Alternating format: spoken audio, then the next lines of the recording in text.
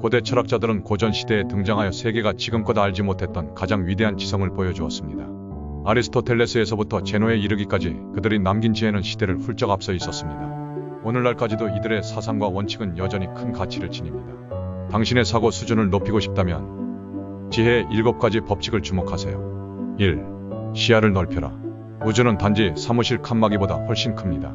자신의 편안한 집 밖으로 나설 용기가 있는 사람만이 수평선 너머에 무엇이 있는지 알 수 있습니다. 주변 환경을 바꾸는 것은 당신의 사고방식을 변화시킬 수 있습니다. 세네카는 이렇게 말했습니다. 하늘을 밝히는 별들을 보라. 그 어떤 별도 같은 자리에 머물지 않는다. 더 높은 지혜와 개인적 성장을 추구한다면 지역적 한계를 넘어서야 합니다. 이주를 하거나 여행을 떠나는 등 더 멀리 갈수록 더 많은 것을 얻게 될 것입니다. 2. 가짜 금을 경계하라. 가장 어리석은 사람들은 자신의 가치를 재산에 두고 스스로의 가치에는 무관심합니다. 돈은 지혜를 살 수 없으며 통제되지 않는 탐욕은 결국 사람을 파괴합니다. 에피쿠로스는 이렇게 요약합니다. 적은 것이 만족스럽지 않다면 아무리 많은 것도 만족스럽지 않을 것이다. 지성을 키우고 덕을 쌓는 데 집중하세요. 돈은 단지 도구일 뿐 인생의 점수가 아닙니다. 돈에만 집착하면 다른 능력은 무너질 것입니다. 모래 위에 세워진 기초는 결국 바다로 사라질 운명입니다. 3. 통제할 수 있는 것을 알라. 마르쿠스 아우렐리우스는 한때 세상에서 가장 강력한 사람이었습니다. 그는 이렇게 말했습니다.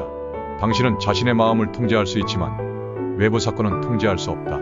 이 점을 깨달으면 힘을 얻을 것이다. 현대 사회에서 불안과 스트레스는 조용한 살인자가 되었습니다. 통제할 수 없는 것에 압도당하면 삶은 죽기 훨씬 전에 끝나버릴 것입니다. 통제할 수 없는 것을 받아들이고 변화시킬 수 있는 것에 집중하세요. 4. 친절은 힘이다. 진정으로 강하고 지혜로운 사람만이 친절을 베풀 수 있습니다. 카토는 이렇게 말했습니다. 내가 말하려는 것이 차라리 침묵하는 것보다 낫다는 확신이 들 때만 말을 시작한다. 타인에게 친절해지는 것은 깊은 이해가 필요하며 자격 없는 사람들에게조차 친절해지는 것은 더 큰 이해가 필요합니다. 화를 내는 것은 쉽지만 화를 품는 것은 자신을 해칠 뿐입니다. 친절은 인류에게 더 좋을 뿐 아니라 삶과 적대감을 다루는 데 있어 훨씬 더 현명한 접근법입니다. 5. 진정한 우정을 소중히 여겨라. 우정은 가장 아름다운 것들 중 하나입니다. 왜냐하면 우정은 자신을 드러내고 부끄러운 이야기를 공유할 때만 경험할 수 있기 때문입니다. 키케로는 이렇게 설명했습니다. 우정은 행복을 증진하고 고통을 줄여준다. 우리의 기쁨을 2배로 만들고 슬픔을 나누기 때문이다. 진정한 우정은 상호 신뢰의 상태입니다. 가짜 친구들을 멀리하고 신뢰할 수 있는 사람들에게 집중하세요. 6. 건전한 정신 유지. 현대 도시에 살고 있다면 술과 약물은 결코 멀리 있지 않습니다. 술과 약물의 무서운 점은 실제로 효과가 있다는 것입니다.